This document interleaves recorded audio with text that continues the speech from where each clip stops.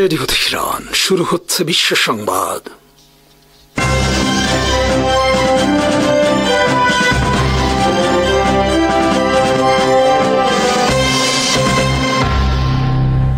শুরুতেই সংবাদ শিরোনাম। ইসরায়েলি বাহিনীর ওপর ভয়াবহ হামলার শিহরণ জাগা নিয়ে এক ফুটেজ প্রকাশ করেছে হামাসের সামরিক শাখা আল কাসাম ব্রিগেডস। রোববার প্রচারিত ভিডিওতে দক্ষিণ গাজার খান ইউনিসের দক্ষিণ পূর্বে নবনির্মিত একটি ইসরায়েলি সামরিক ঘাঁটিতে তাদের যোদ্ধাদের আকস্মিক হামলার দৃশ্য দেখানো হয়। ভিডিওর সঙ্গে টেলিগ্রাম চ্যানেলে দেওয়া একটি বিবৃতিতে আল কাসাম বলেছে, অভিযানটি ছিল স্টোনস অফ ডেভিড অপারেশন সিরিজের একটি অংশ। এতে দেখা যায় যোদ্ধারা অভিযানের জন্য প্রস্তুতি নিচ্ছেন, একটি সুড়ঙ্গের মুখ থেকে বেরিয়ে আসছেন এবং তীব্র গোলাগুলির মুখে নবনির্মিত ইসরায়েলি সামরিক ঘাঁটির দিকে এগিয়ে যাচ্ছেন। অ্যান্টি ট্যাঙ্ক মিসাইল, মেশিনগান ও বিস্ফোরক দিয়ে সজ্জিত যোদ্ধারা ক্ষয়ক্ষতি ঘটানোর পর সরাসরি সংঘর্ষে লিপ্ত হন এবং পরে সেখান থেকে সরে আসেন। ঘাঁটিটি থেকে আগুন এবং ঘন কালো ধোঁয়া উঠতে দেখা যায়। এ সময় যোদ্ধাদের মুখে আল্লাহু আকবার ধ্বনি শোনা যাচ্ছিল। আল কাসামের এক ফিল্ড কমান্ডার ব্যাখ্যা করেন, ওই এলাকার আকাশ সম্পূর্ণ ইসরায়েলের নিয়ন্ত্রণে থাকার পরও হামলার 24 ঘন্টা আগে যোদ্ধারা খুব কাছ থেকে ঘাঁটিটি পর্যবেক্ষণ করেন। তিনি বলেন, গাজায় স্থলযুদ্ধের সময় ইসরায়েলি বাহিনীর আচরণ তারা নিবিড়ভাবে পর্যবেক্ষণ করছিলেন, যা তাদের সুনির্দিষ্ট হামলার পরিকল্পনা করতে সহায়তা করে।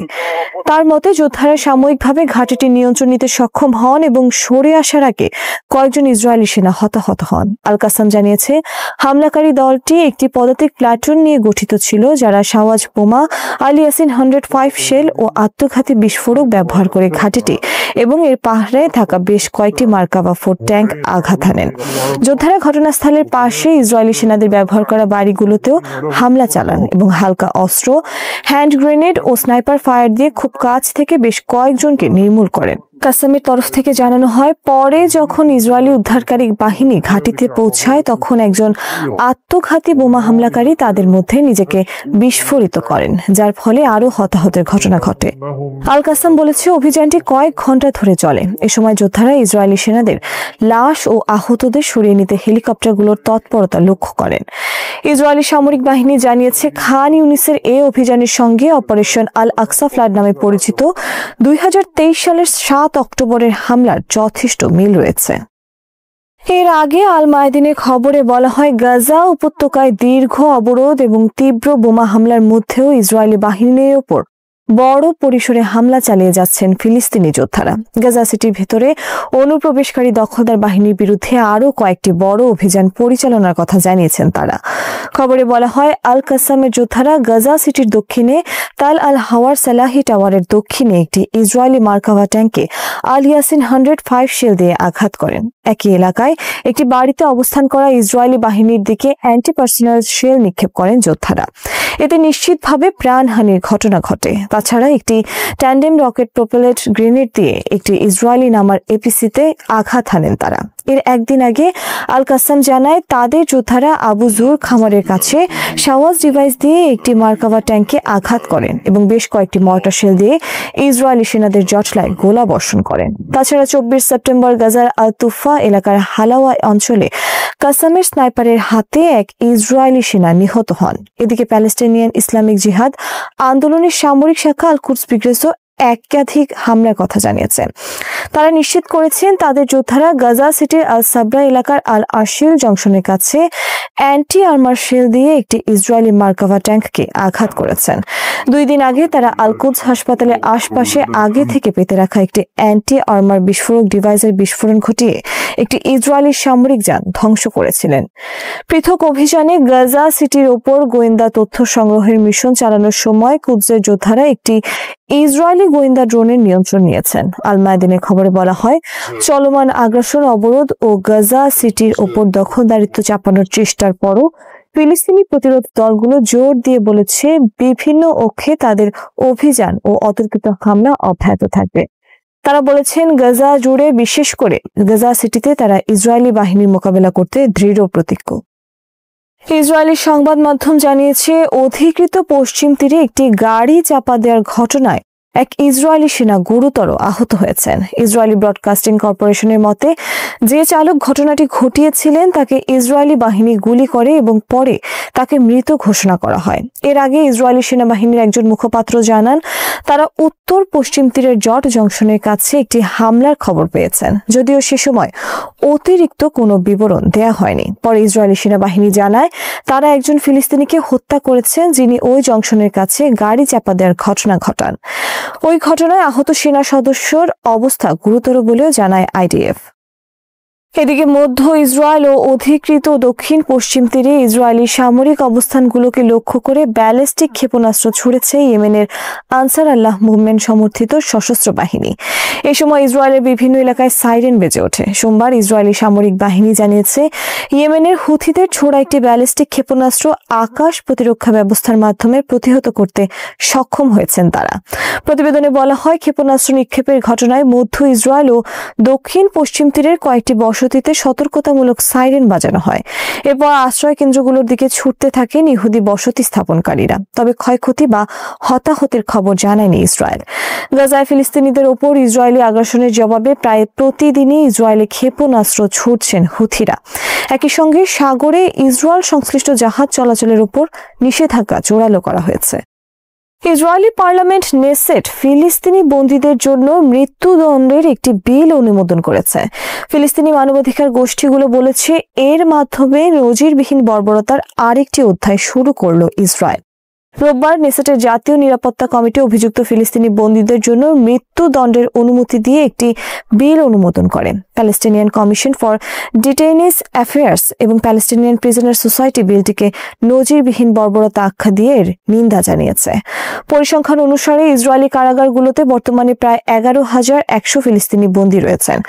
কট্টরপন্থী জাতীয় নিরাপত্তা মন্ত্রী ইতামার বেন গিভিরের নেতৃত্বাধীন কট্টর ডানপন্থী জিউস পাওয়ার পার্টির উত্থাপন করা বিলটি 4-1 ভোটে অনুমোদিত হয়। বিলটিকে আইনে পরিণত করতে নেসেটে অনুমোদিত করতে হবে। এটি যদি আইনে পরিণত হয় তবে ইসরায়েলি শাসন ব্যবস্থার সংজ্ঞায় বর্ণবাদী বা ঘৃণাজনিত অপরাধের অধীনে ইসরায়েলিদের হত্যার দায়ে দোষী সাব্যস্ত ফিলিস্তিনিদের জন্য মৃত্যুদণ্ড কার্যকর করার সুযোগ তৈরি হবে।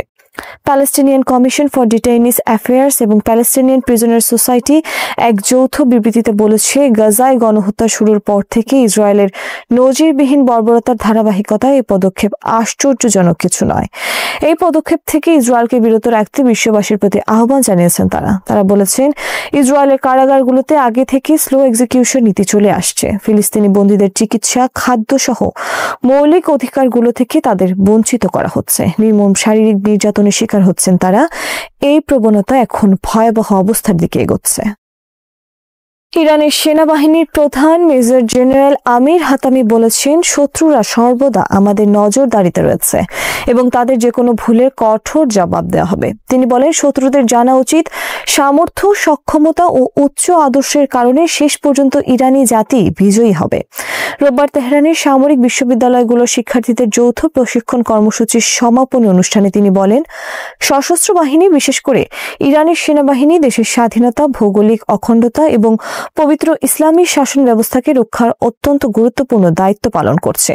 শত্রুরা ভ্রান্ত কল্পনা ও ভুল হিসাব নিকাশের মাধ্যমে দেশের নিরাপত্তা, ভৌগোলিক অখণ্ডতা, স্বাধীনতা ও ইসলামী শাসন ব্যবস্থাকে ধ্বংসের চেষ্টা করেছিল, কিন্তু শেষ পর্যন্ত ইরানের জনগণ ও সশস্ত্র বাহিনীর দৃঢ় প্রতিরোধে তা ব্যর্থ হয়েছে।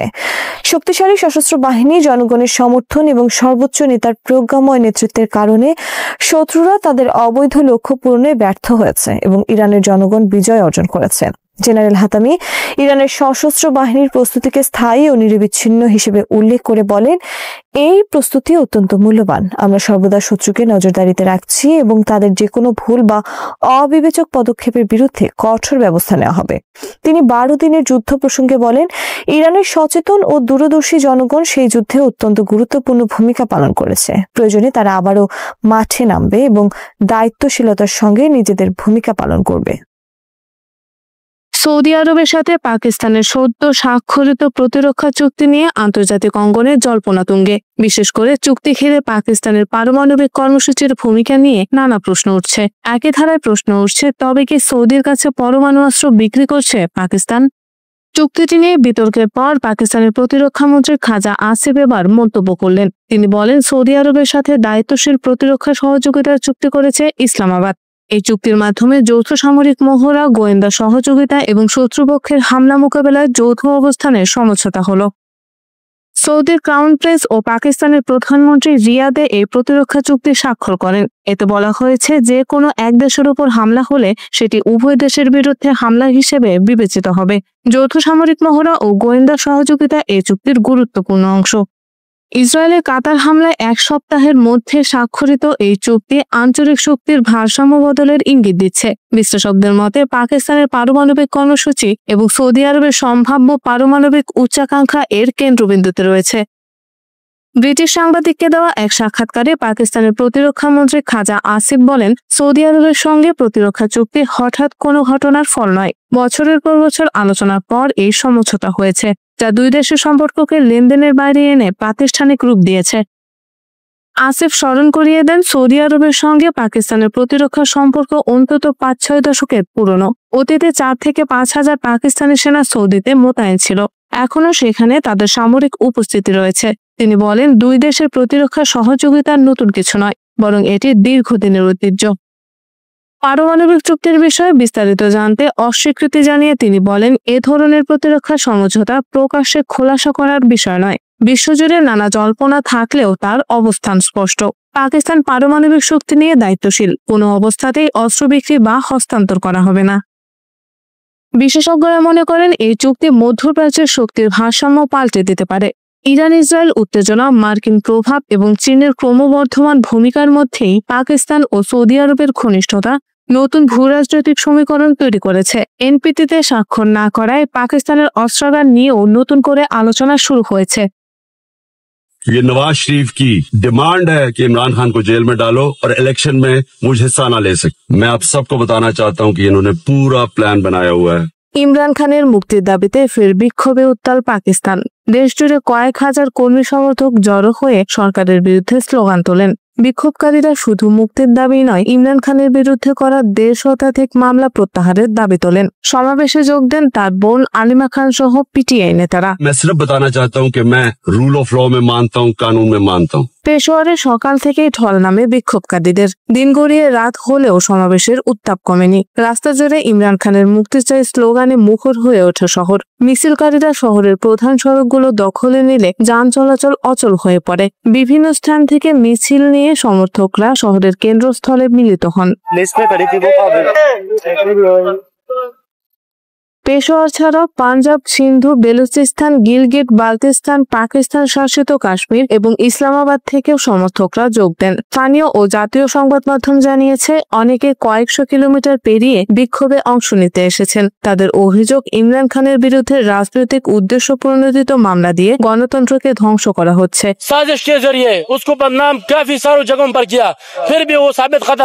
আন্দোলন আরো তীব্র করার আহ্বান জানান ইমরান খানের বোন আলিমা খান। তিনি বলেন, আদিয়ালা কারাগারের সামনে অবস্থান নিয়ে লাগাতার বিক্ষোভ করতে হবে, যতক্ষণ না পর্যন্ত সাবেক প্রধানমন্ত্রীকে মুক্তি দেওয়া হয়। একই সঙ্গে পিটিআই নেতারা বলেন, এই আন্দোলন শুধু একজন নেতার জন্য নয়, এটি জাতির স্বাধীনতা ও ন্যায় বিচারের আন্দোলন।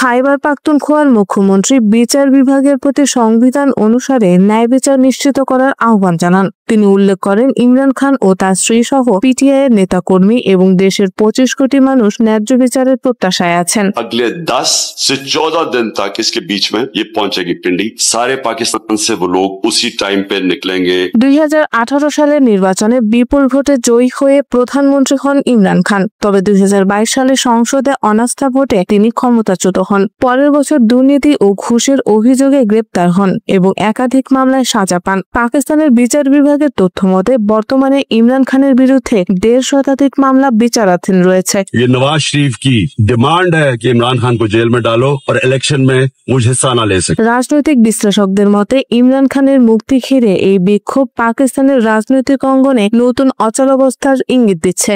দেশের অর্থনৈতিক মন্দা ও নিরাপত্তা সংকটের মধ্যেই জনমনে নতুন অস্থিরতা তৈরি হয়েছে। পিটিআই সমর্থকরা দাবি করছেন, সরকারের এই দমনপীড়ন অব্যাহত থাকলে আন্দোলন আরো বড় আকার ধারণ করবে, যা পুরো দেশকে নতুন সংকটে ফেলতে পারে।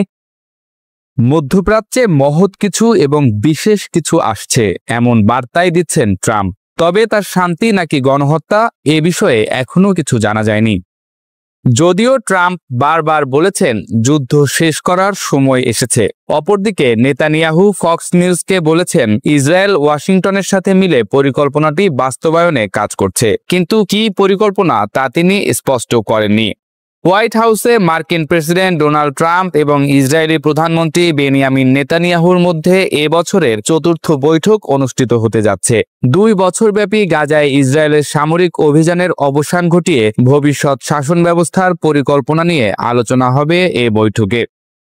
গত সপ্তাহে জাতিসংঘ সাধারণ পরিষদের সভার পাশে আরব ও মুসলিম নেতাদের কাছে 21 দফার যুদ্ধ পরবর্তী পরিকল্পনা উপস্থাপন করা হয়। এই পরিকল্পনায় বলা হয়েছে হামাসকে গাজায় অবশিষ্ট 48 জন বন্দীর সবাইকে 48 ঘন্টার মধ্যে মুক্ত করতে হবে, যাদের মধ্যে প্রায় 20 জন জীবিত বলে বিশ্বাস করা হয়।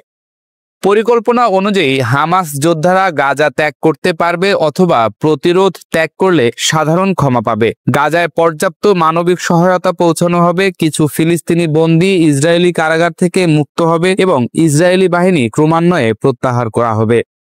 ট্রাম্পের প্রস্তাবে 2003 সালে ইরাক যুদ্ধের সময়কার ব্রিটিশ প্রধানমন্ত্রী টনি ব্লেয়ারকে গাজা আন্তর্জাতিক ট্রানজিশনাল অথরিটির প্রধান হিসেবে নিয়োগের কথা বলা হয়েছে। এই সংস্থা হামাসকে ক্ষমতাচ্যুত করার পর কয়েক বছর ধরে গাজা পরিচালনা করবে।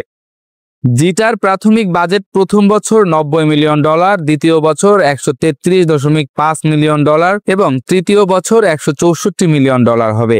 এই অঙ্কে পুনর্গঠন ও মানবিক সহায়তার মূল খরচ অন্তর্ভুক্ত নেই।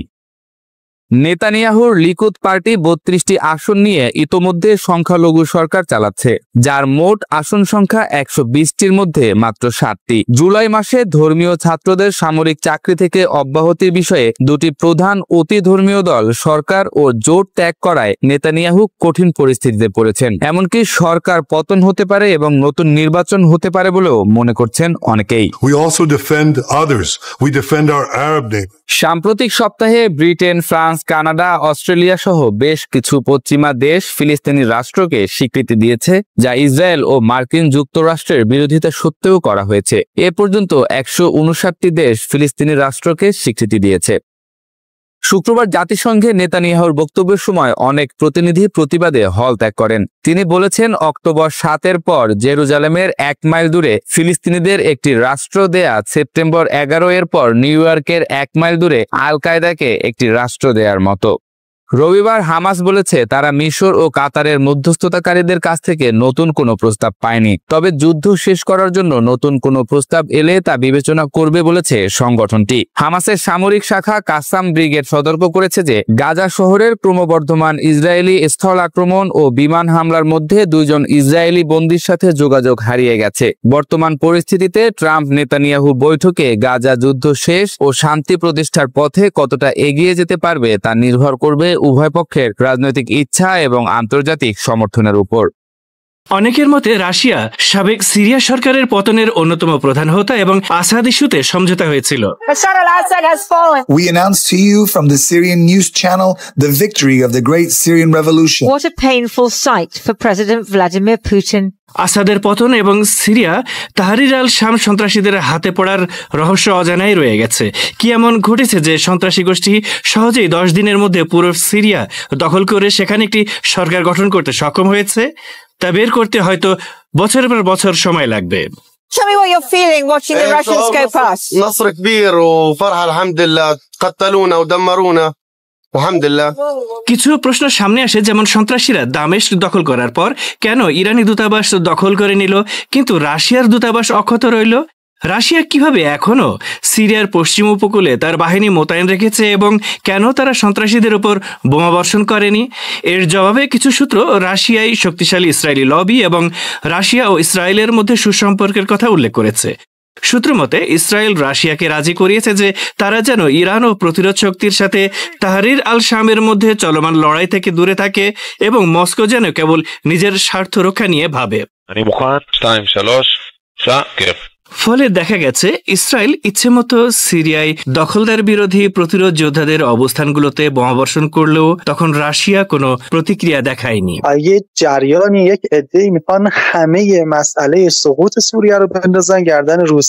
إن اللحظة التي تدخل فيها الطيران الإسرائيلي. What do you think about those who support the opposition and mainly the terrorist organizations? روسیه یا نخواسته یا نتونسته از اون تواناییش استفاده کنه، هنوز محل ابهامه.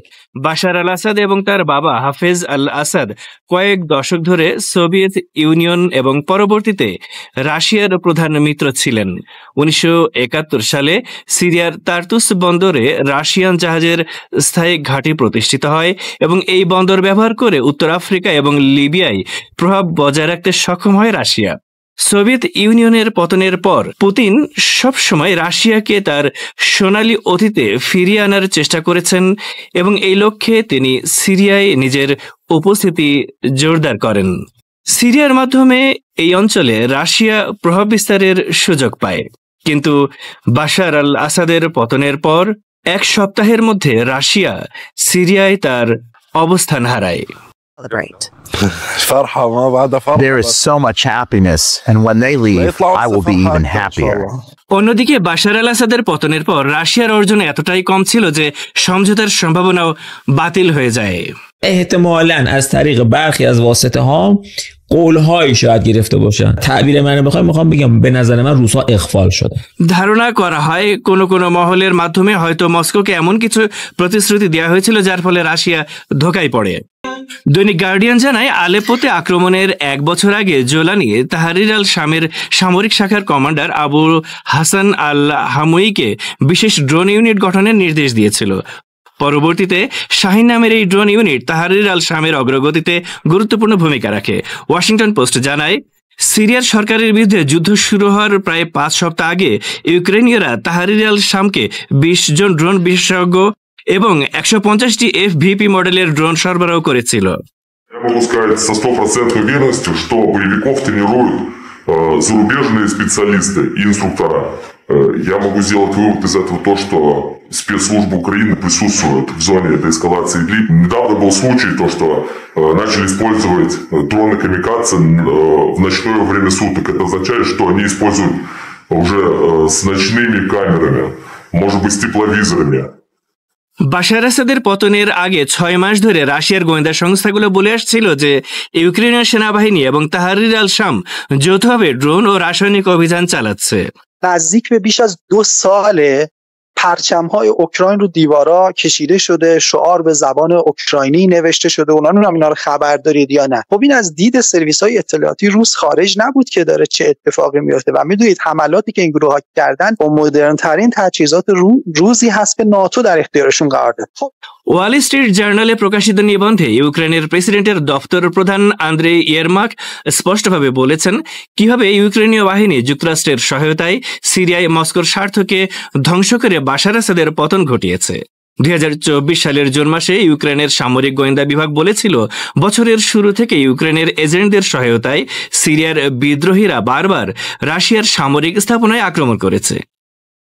বিবৃতিতে বলা হয়েছে ইউক্রেনের সামরিক গোয়েন্দা বিভাগ এবং প্রধান গোয়েন্দা অধিদপ্তর এই অভিযানগুলোতে ভূমিকা পালন করেছে। এছাড়া ইউক্রেনের সামরিক গোয়েন্দা পরিষেবার প্রধান জেনারেল কিরগিজ বুদানভ ব্যক্তিগতভাবে তাহরির আল শামের সাথে যোগাযোগ রাখতেন। আসাদের পতনের পর ইউক্রেনের পররাষ্ট্রমন্ত্রী আন্দ্রি সিবিহা 2024 সালের 8 ডিসেম্বর সিরিয়ায় গিয়ে নতুন সিরিয়ার জোলানির সাথে দেখা করে তাদের জন্য 500 টন গমের আটা পাঠানোর প্রতিশ্রুতি দেন। রাশিয়ার সাথে ইউক্রেন ও ন্যাটোর বৈরিতা তাহরির আল শামকে ইউক্রেনের সমর্থন করার ক্ষেত্রে ভূমিকা রাখে।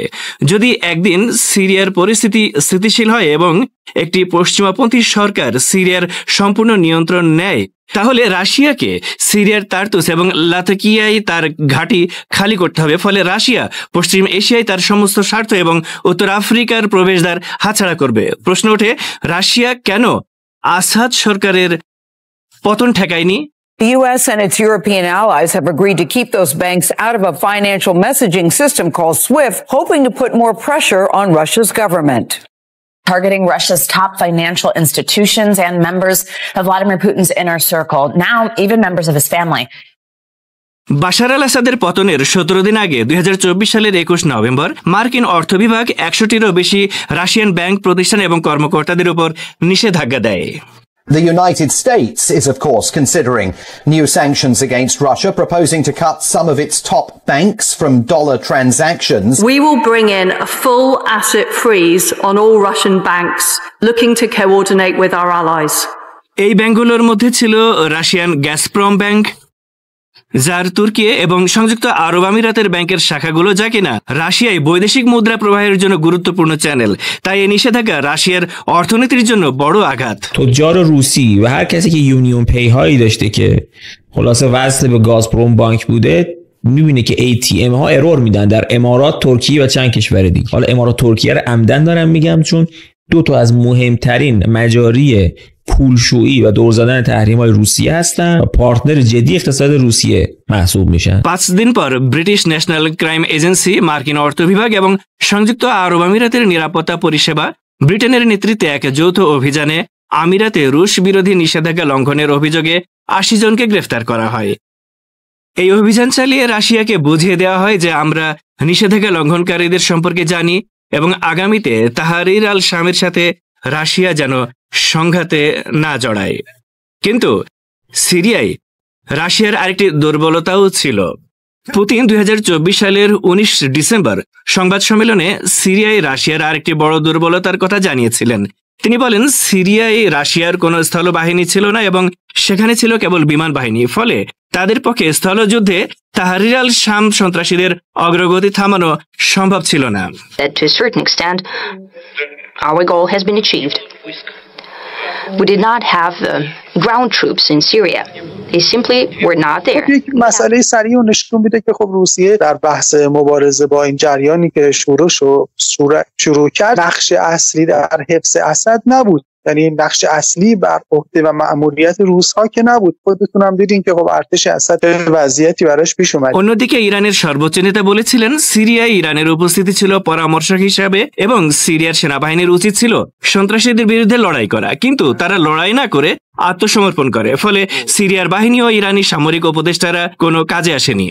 کاری که نیروهای ما میتوانستن انجام بدن و انجام دادن کار مستشاری بود. مستشاری یعنی چه؟ یعنی تشکیل قرارگاه‌های مهم مرکزی و اصلی، تعیین راهبردها و تعیین تاکتیک‌ها و در مواقع ضروری ورود در میدان جنگ، اما از همه مهمتر بسیج جوانان خود اون منطقه در کنار ارتش اون کشور است که نیروی بسیجی که از جای دیگه آمده میتوانه به جنگ. اگر ارتش اون کشور ضعف نشون داد از این بسیجی کاری بر نمیاد। তবে সিরিয়ার সংকটের ব্যাপারে রাশিয়ার প্রতিক্রিয়ার আরেকটি দিকও রয়েছে।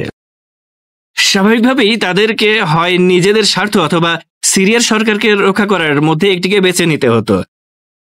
যখন রাশিয়া বুঝতে পেরেছিল যে বাশার আল আসাদের পতন অনিবার্য এবং সরকার আর টিকবে না, তখন তারা দ্রুত কৌশল পরিবর্তন করে এবং তুরস্ক সহ অন্য মধ্যস্থতাকারীদের সাথে আলোচনা করে তাদের কাছ থেকে এই প্রতিশ্রুতি পায় যে রাশিয়ার রেড লাইন বজায় রাখা হবে। রাশিয়ার প্রধান রেড লাইন ছিল মধ্য এশিয়ার দেশগুলো থেকে আসা তুর্কি বংশোদ্ভূত সন্ত্রাসীরা সিরিয়ায় ছড়িয়ে পড়বে না এবং তারা মধ্য এশিয়ায় রাশিয়ার স্বার্থকে বিপন্ন করবে না। এই কারণেই প্রথম দিকে রাশিয়া কেবল এই সন্ত্রাসীদের সমাবেশ স্থলগুলোতে বোমা হামলা চালাতো এবং তাহরির আল শাম বাহিনী নিয়ে তাদের কোনো মাথা ব্যথা ছিল না। در تمامی گزارش‌هایی که ما خواندیم یک نکته هست، اینکه روس‌ها اقدام مهمی از لحاظ عملی جهت توقف معارضین انجام ندادن. یک نیروهای انغماسی چابوک سوار بر موتور با کوادکوپتر اومدن همینجور گاز دادن اومدن و با هیچ مقاومت جدی مواجه نشدن. روایتی که ما داریم اینه که گروه‌های مسلح آسیایی میانه‌ای که احساس میکردن برای خودشون دوچار شر میشن اونا رو زدن. ما هیچ گزارشی من نخواندم که بگه روس‌ها با قدرت جنگیدن। রাশিয়া যে দ্বিতীয় গ্যারান্টি পেয়েছিল তা হলো সিরিয়ায় তাদের ঘাঁটিগুলো টিকে থাকবে যাতে উত্তর আফ্রিকার সাথে সংযোগ বজায় থাকে। তাই আসাদের পতনের পর রাশিয়ার প্রতিক্রিয়া এমনকি পশ্চিমাদেরও অবাক করেছিল। পশ্চিমা বিশ্ব ভেবেছিল রাশিয়া হয়তো সন্ত্রাসীদের বিরুদ্ধে আক্রমণাত্মক পদক্ষেপ নেবে এবং আসাদকে ক্ষমতায় রাখার জন্য চেষ্টা করবে, কিন্তু রাশিয়া সবাইকে অবাক করে দিয়েছিল। পুতিন 2024 সালের শেষের দিকে আসাদের পতনে রাশিয়ার ভূমিকা এবং রাশিয়ার পরাজয়কে গুরুত্বহীন দেখানোর চেষ্টা করেছিলেন এবং আসাদের পতনের দায় সিরিয়ার সেনাবাহিনী, ইরানি সেনা এবং ইরানি সমর্থকদের কাঁধে চাপিয়েছিলেন। পুতিন এও জানান ইরানের অনুরোধে তিনি সিরিয়া থেকে 4000 ইরানি সেনা প্রত্যাহার করেছেন। Previously, our Iranian friends used to ask us to provide transportation for their units in Syria. Now they've asked to withdraw their units.